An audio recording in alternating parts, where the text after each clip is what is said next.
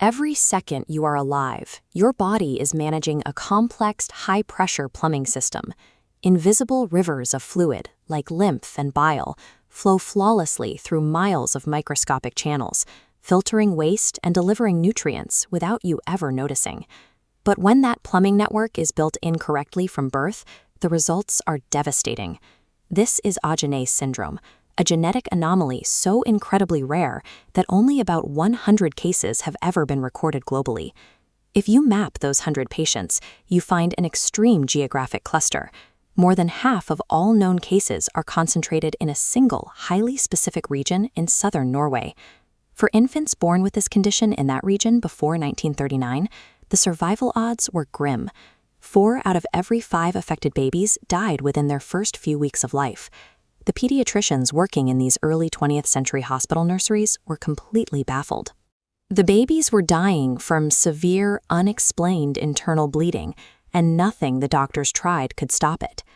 This localized tragedy stemmed from a microscopic, inherited glitch embedded deeply within the population's own DNA.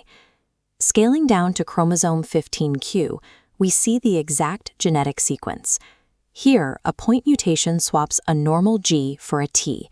That typo corrupts the UNC45A protein. Normally a microscopic chaperone, its physical shape now warps and falls apart. Because of that deformed shape, the UNC45A protein suffers a total loss of function. It becomes entirely useless to the cell. Without their chaperone to guide them, other crucial proteins get lost. The transport proteins that are supposed to carry bile out of the liver cells become mislocalized, aimlessly floating inside instead of heading to their correct destinations. Because they wander off course, these transport mechanisms never reach the outer membranes of the liver cells. The cellular pumps that are meant to export bile are missing in action. One incorrect letter of DNA entirely disables the liver's microscopic pumping infrastructure. Once that cellular traffic jams up, the human body begins to experience a cascading mechanical failure. The first major physical breakdown happens in the lymphatic system. Patients are born with congenital hypoplasia, meaning their bodies fail to properly construct the vessel networks needed to drain cellular fluid. Watch what happens to the fluid when these drainage pipes are underdeveloped. It backs up and slowly expands the surrounding tissue. This causes severe swelling, known as lymphedema, which pools heavily in the lower limbs from early childhood. With the lymphatic drainage paralyzed, a secondary, far more dangerous backlog occurs. Bile begins to back up directly into the liver, creating a toxic condition called cholestasis. If left untreated, the consequences of this bile backup are severe. Bilirubin spikes, turning skin yellow. Patients suffer from relentless itching and completely lose dietary fat absorption. The body's failure to effectively route its own internal fluids turns those exact fluids into a stagnant hazard, one that slowly degrades healthy tissues and bone over the patient's lifetime.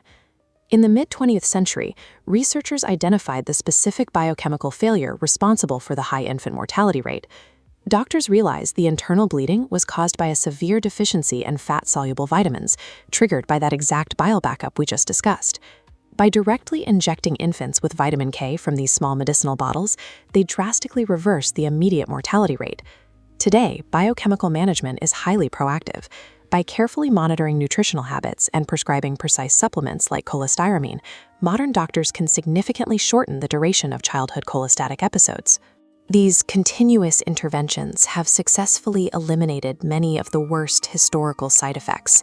Complications like rickets and extreme growth retardation, which once plagued these patients, are now incredibly rare.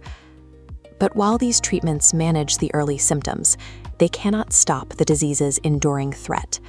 The stagnant bile still takes its toll, and the relentless progression towards scarring and liver cirrhosis cannot currently be stopped. When the liver finally succumbs to giant cell hepatitis or complete organ failure, doctors are forced to deploy their absolute last line of defense, a total organ transplant. It is a stark reminder of the exact precision required to keep a human alive. A single swapped letter in our genetic code collapses the body's entire fluid network, demanding a lifetime of relentless medical management just to survive.